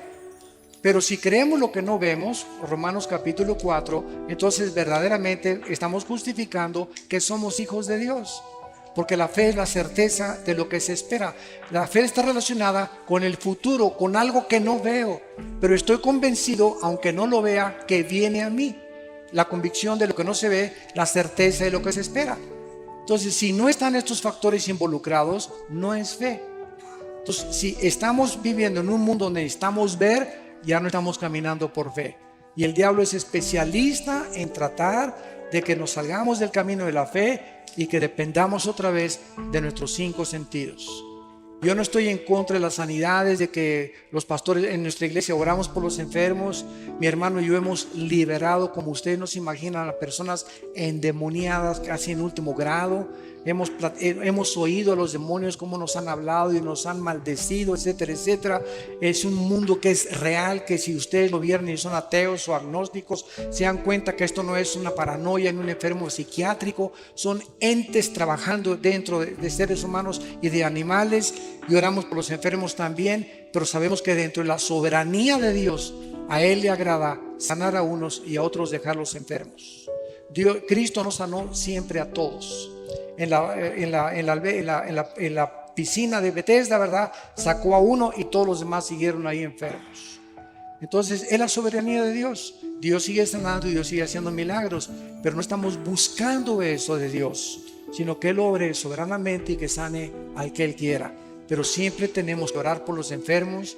Donde quiera que tengamos la oportunidad, oremos por ellos, porque Dios los puede sanar y Dios sigue haciendo milagros, pero ya no depende de nosotros, depende de su soberanía, ¿verdad? ¿Qué opina de la Iglesia Ministerial de Jesucristo Internacional que da profecía colectiva masiva?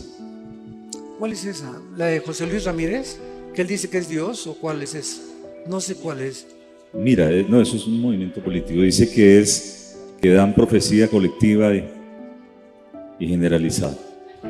¿Pero es evangélica o dentro de qué está clasificada? Cristiana. Si es cristiana no me meto, no quiero criticar a nadie. ¿verdad?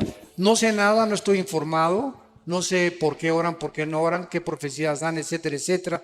Lo único que sabemos es que si alguien está profetizando lo que va a suceder, no es un profeta de Dios. Porque el profeta ya no es el que anuncia cosas futuras, sino el que habla para edificación, exhortación y consolación. 1 Corintios 14:2. Muy bien. Hay otra pregunta. Cuando se nombró al actual o se eligió al actual Papa, cayó un rayo en el Vaticano. ¿Esto fue alguna señal? Esa es de Darío.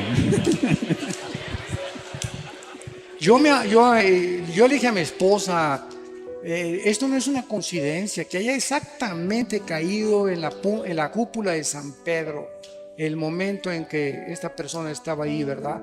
Y ya los presagios que no es un buen presagio, desde luego eso sabemos que no es, puede ser una señal de Dios, de que algo se viene más adelante o se avecina algo, ¿verdad? O que algo malo va a suceder, pero no sabemos, o sea, hacer especular. Lo único que sabemos es que no es coincidencia, fue algo real, fue algo impresionante que fuera en la mera cúpula de San Pedro, y esto desde luego que no es algo positivo, ni es algo bueno, ni una bendición, ¿verdad? Entonces no sabemos qué realmente detrás, qué se encuentra. Hay preguntas que en realidad la gente quiere escuchar una respuesta, y veo que esta es de mis hermanos de Venezuela que nos acompañan hoy. ¿Cree usted que la situación que se vive en Venezuela, el socialismo y otros países que se unen al socialismo, es parte de lo profético o tiene algún fin esta situación que se vive en Venezuela? Bueno, otra vez, sin querer inmiscuirme mucho en política, solamente puedo decir lo siguiente, ¿verdad? Que mientras no haya una oposición, no hay democracia. Y mientras algún gobierno no le permita a la oposición votar y expresarse libremente, se acabó la democracia. Entonces es una farsa, ¿verdad? Y si algún gobierno está profesando una cierta democracia y con los hechos y las acciones demuestra lo contrario, pues está demostrando completamente, ¿verdad?, que están engañados a sí mismos y que han adoptado otra clase, como tú lo acabas de decir, ya no es democracia, es un socialismo que tiene una tendencia tremenda hacia el comunismo, hacia la izquierda, hacia un gobierno totalitario y dictatorial.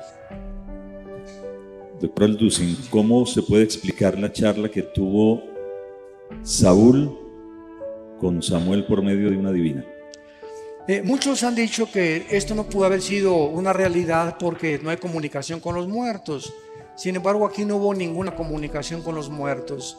Cuando Saúl fue a conseguir a la bruja de Endor para tener contacto con Saúl, para tener contacto con Samuel, que había muerto, y Saúl ya había llegado, podríamos decir, ya había cometido la blasfemia contra el Espíritu Santo. Saúl ya había llegado al colmo de los colmos y ya acabó con los brujos, ¿verdad? Entonces, cuando esta mujer invoca, dice la Biblia que cuando sale Samuel de entre los muertos del Sheol, ella se espanta. Y entonces ella dice: estoy viendo a dioses, y la palabra que se usa ahí es Elohim. Estoy viendo dioses porque es el plural de Dios. Y la profecía que le da Samuel a Saúl se cumplió, y el diablo es un mentiroso.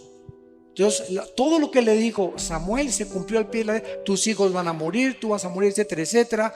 Y le dio la última advertencia de Dios. Entonces yo pienso que en la soberanía de Dios las excepciones no rompen las reglas, y Dios lo permitió en su soberanía para poder castigar finalmente a Saúl eternamente con sus hijos, menos Jonatán, ¿verdad?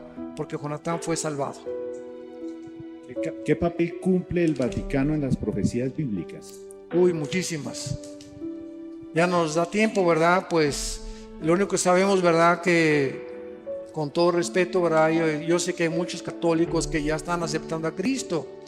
La Biblia fue cerrada por el Vaticano en el año 375, cuando el emperador Constantino dice que se convierte y absorbe el cristianismo como religión oficial. Esto forma parte de la historia cristiana y lo podemos hablar. Y desde el año 375, escúchenme, hasta 1961 y 62, en el Segundo Concilio Vaticano, fue el Papa Juan XXIII, de los mejores papas que ha habido. Es el primero en que comenzó a leer la Biblia, porque se fue prohibida por más de 1800 años. Prohibida, que nadie la leyera, y la escondían del populus, de la población. Y Juan 23 abre la Biblia y comienza: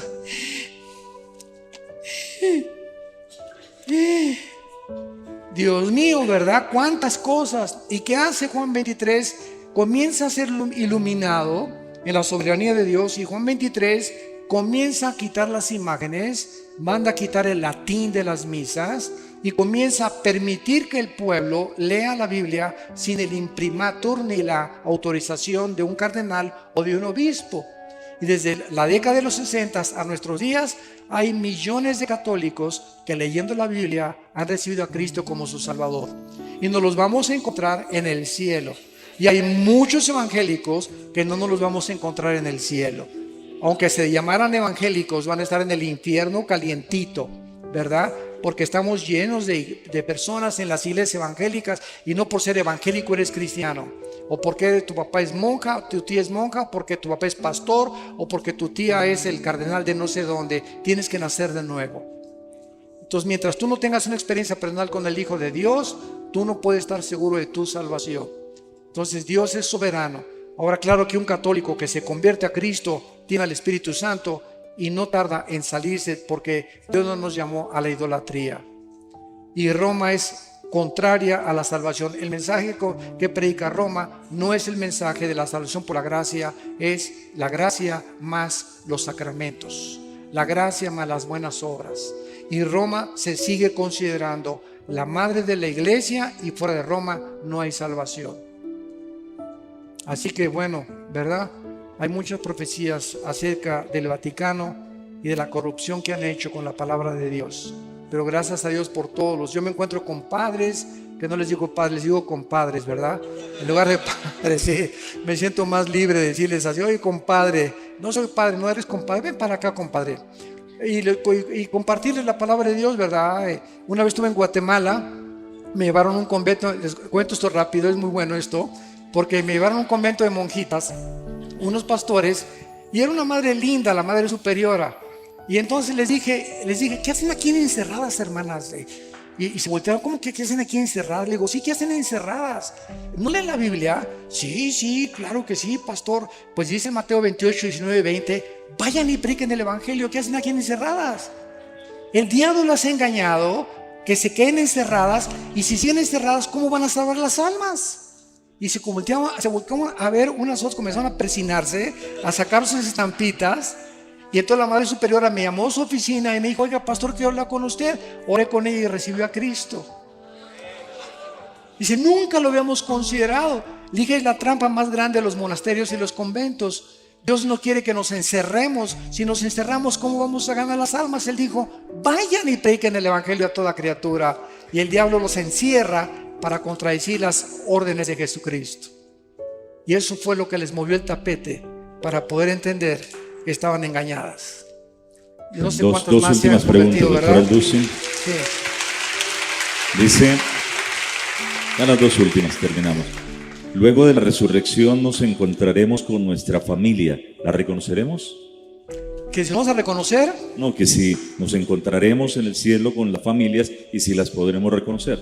Bueno, cuando Cristo llama en Mateo 17 a Juan, Santiago y Jacobo para que se transfigurara enfrente de ellos, apareció junto a Cristo Elías y Moisés. ¿Se acuerdan de este pasaje? Y los apóstoles pues no había más Polaroid, no había fotografía, nadie había retratos de Elías ni de Moisés. Sin embargo, los apóstoles los reconocieron, Moisés y Elías. Y estaban los dos hablando con Jesucristo. Y estaban tan emocionados, ¿verdad?, que ya Pedro quería hacer un tabernáculo para quedarse a dormir ahí. Y pues ya quedarse ahí, ¿verdad? Entonces nosotros vemos que la pregunta es: ¿cómo los pudieron reconocer, no habiendo ningún registro de Moisés ni de Elías físicamente? Y la respuesta es que el conocimiento espiritual se llama intuitivo. Entonces, por ejemplo, cuando Pedro en el capítulo 5 de los Hechos llega a Ananías y Zafira, pregunta, ¿quién le dijo a Pedro que habían robado a Dios? ¿Quién le dijo? Pedro no tenía cámaras fotográficas, ni inspectores, ni satélites para estar inspeccionando la casa de todos los cristianos. Y al llegar a Ananías, dijo, ¿por qué vendiste esta heredad en tanto? ¿Por qué me vienes a engañar a mí? Estás engañando al Espíritu Santo. Y viene Zafira, la esposa, y caen muertos, y gran temor cubre a la iglesia. ¿Qué quiero decir yo? Que cuando vayamos al cielo, vamos a saber, ahí está Adán. Nunca, yo no sé ni cómo fue Adán, pero va a haber un conocimiento intuitivo, espiritual, que me va a decir, ahí ese es Pedro, ese es Adán, ahí está Moisés. Y ese conocimiento intuitivo lo estamos comenzando a experimentar ya aquí en esta tierra, como lo experimentó Pedro. Yo les digo una cosa muy sincera, sin ganas de gloriarme. Hay mucha gente a la que yo veo y siento en mi espíritu cómo son realmente en la realidad. Y siento, ¿verdad? Este es un hipócrita, lo que me está diciendo no es verdad, o esta persona oculta algo, o hay veces que veo personas con una mirada velada. O sea, yo le digo a mi esposa, ¿te acuerdas la pareja que conocimos hoy? Él oculta algo. Él no es como es, no es una persona sincera, tiene una vida doble. No sé qué sea, pero no es una persona transparente, porque la lámpara del cuerpo son los ojos. Es un conocimiento intuitivo que no se obtiene a través de leer ni de investigar, sino se siente en el espíritu. Y mientras más crecemos en el Señor, más sensibles nos volvemos al discernimiento de espíritus. Hermano pastor, ¿puede repetir el sonido de las trompetas? Se grabó, de cumpleaños. Por tu cumpleaños. No es broma, no es broma. Es muy bromista y yo lo llamo y le digo apóstol y me dice, ¿qué hubo, querubín? Apóstol de ¿Qué apóstoles. tanto? Exacto, que el tema de la apostolitis, así rápido. Yo no acabamos aquí ahorita con eso. No, un resumen. ¿Cuánto hay de tiempo? 2 minutos. ¿Sí?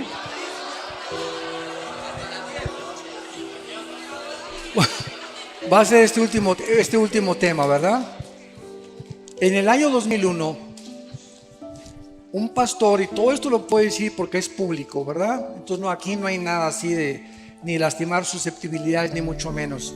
En el año 2001, un pastor en California llamado Peter Wagner, en una reunión de una iglesia, acercó a una mujer profeta y le puso las manos y le dijo, el Espíritu dice que tú vas a ser el fundador de la Coalición Apostólica Internacional.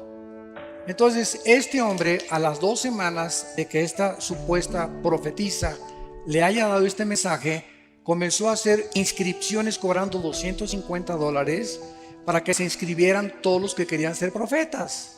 Y se formó la Coalición Apostólica Internacional.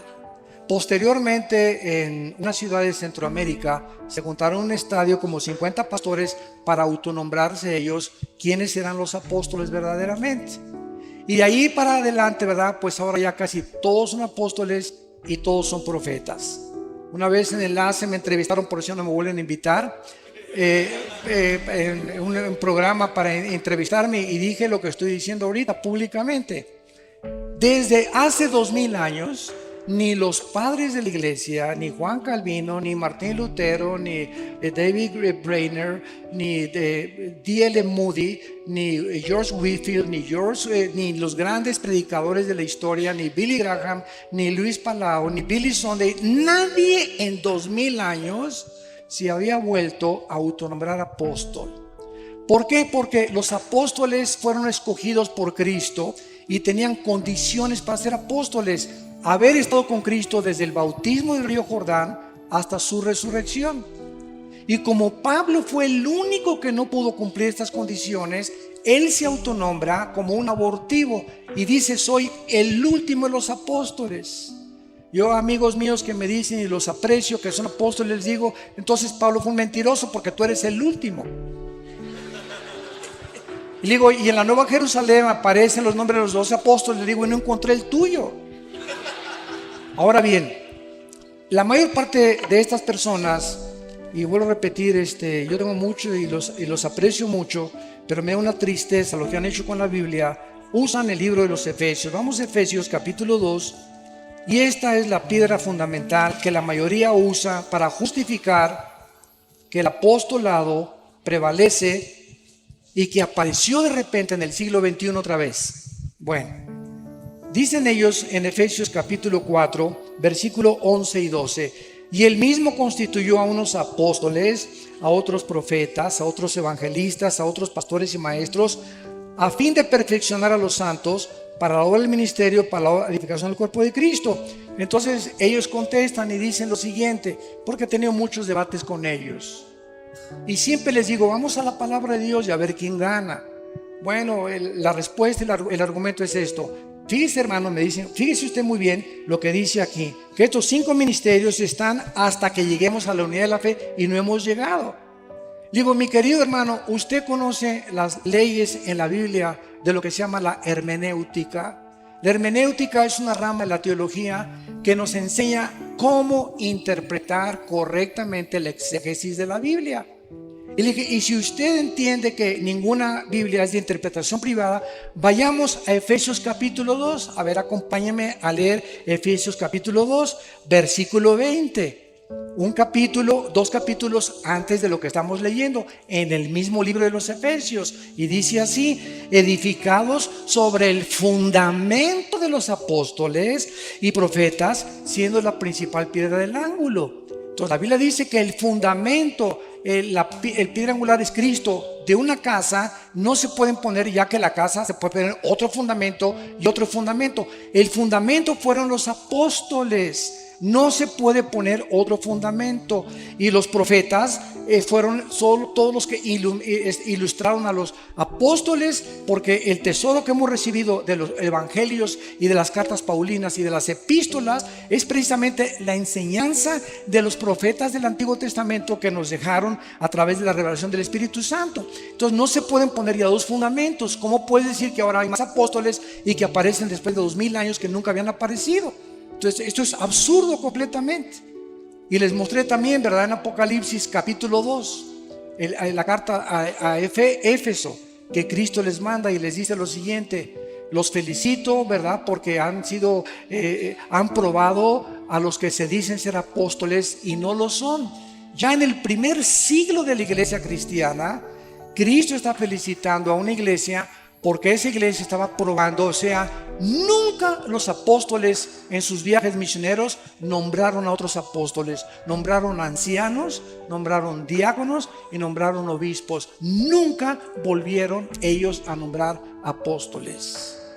Cuando dice, por ejemplo, en Filipenses 3, que Epafrodito fue uno de los mensajeros, la palabra apostolos es la palabra mensajero, que se usó como alguien que fue enviado, pero no, una cosa es el ministerio y otra cosa es el apostolado. Entonces yo creo que hay muchos pastores que han edificado. Un apóstol verdadero es alguien que hizo 30, 40 iglesias después de 23 años de ministerio, reconocido por su integridad. Tuvo un apostolado, pero no es apóstol. El oficio del apóstol desapareció. Ahora, si Dios les premia a la iglesia de Éfeso porque probaron a los que eran apóstoles, la pregunta es: ¿cómo podían los cristianos en el primer siglo probar a los que eran y a los que no eran apóstoles? ¿Cómo los podían probar? Si no era porque no había ya intención que hubiera sucesión apostólica. Los únicos que tienen sucesión apostólica es Roma y una secta que se llama la Luz del Mundo. Son las únicas sectas que tienen y nombran apóstoles. Y ahora, en la época de la apostasía de la iglesia, en el siglo XXI, surgen los nuevos apóstoles. Virgen de la Macarena. Pastor, Bíblicamente no se puede ni sostener esto. Es imposible.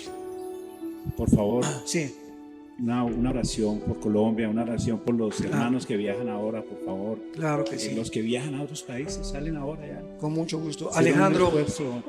le voy a pedir a mi hermano Alex, si puedes orar por las personas que van a salir de viaje por Colombia.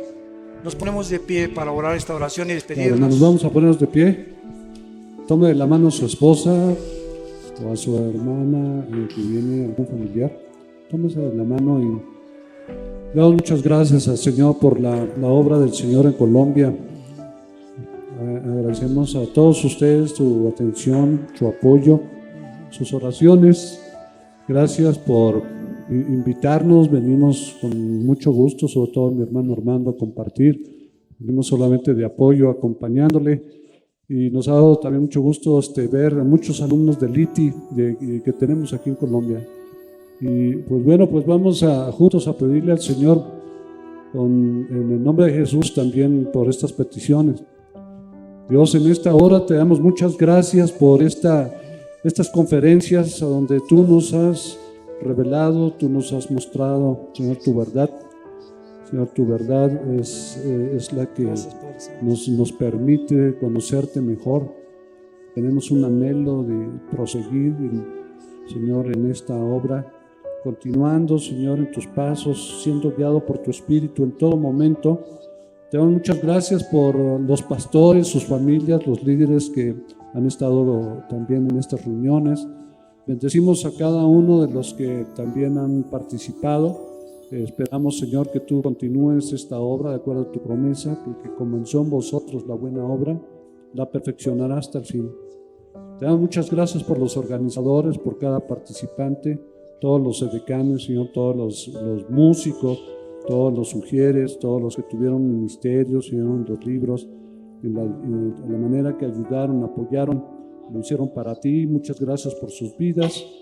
Muchas gracias por Oscar, su equipo, Señor, por nuestro hermano David, todos los que participaron, que lo hicieron con todo su corazón. Te damos gracias por sus vidas, gracias por todos los que vienen de fuera, de otros países, de otras ciudades. Señor, pedimos que su salida, Señor, también haya bendición, que los protejas de todo mal, que lleguen con bien a sus casas, que en sus casas los puedan recibir también con el gozo de tu Espíritu Santo. Pedimos, Señor, que sigas bendiciendo la vida y el ministerio de hermano Armando, su familia, Marta, sus hijos. Muchas gracias porque les has levantado, Señor, para usarles y edificar tu pueblo. Bendecimos tu obra, Señor, a través de ellos. Y te pedimos que tú sigas permitiendo que Colombia siga abierto a tu palabra, que sigas tocando, Señor, al presidente, a su familia, cada gobernador, cada persona que está en eminencia. Rogamos por ellos, por los jefes de policía, que tú sigas tocando, Señor, al pueblo, para que se vuelvan a un encuentro personal, real, verdadero con tu Hijo Jesucristo. Esta noche podemos agradecerte, Padre, por ser tan bueno con nosotros. Gracias por haber provisto para poder estar en este tiempo juntos. Señor, te alabamos, te glorificamos. Dígale unas palabras a usted mismo, a Dios, de agradecimiento. Pídale por su necesidad en este momento. Te pedimos por nuestra esposa, nuestros hijos, nuestra familia. Guárdanos en esta unión en ti, Señor. Te bendecimos y te glorificamos a ti, el único Dios verdadero, y a tu Hijo Jesucristo, que tú enviaste para morir en la cruz por nosotros.